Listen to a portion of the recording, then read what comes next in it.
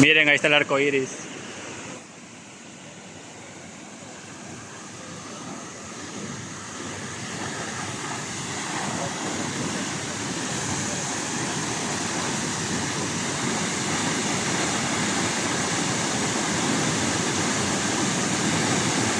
So the waterfall is usually stronger than this, right?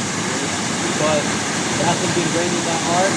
But you can appreciate its beautiful color when it doesn't rain. The circuits in the water, the clear path, everything. You know what I mean? And you guys want to, you can go down over there, so you can see the view, the pictures over there. You cannot go there, but you can go from the close. So that's what we're going to do.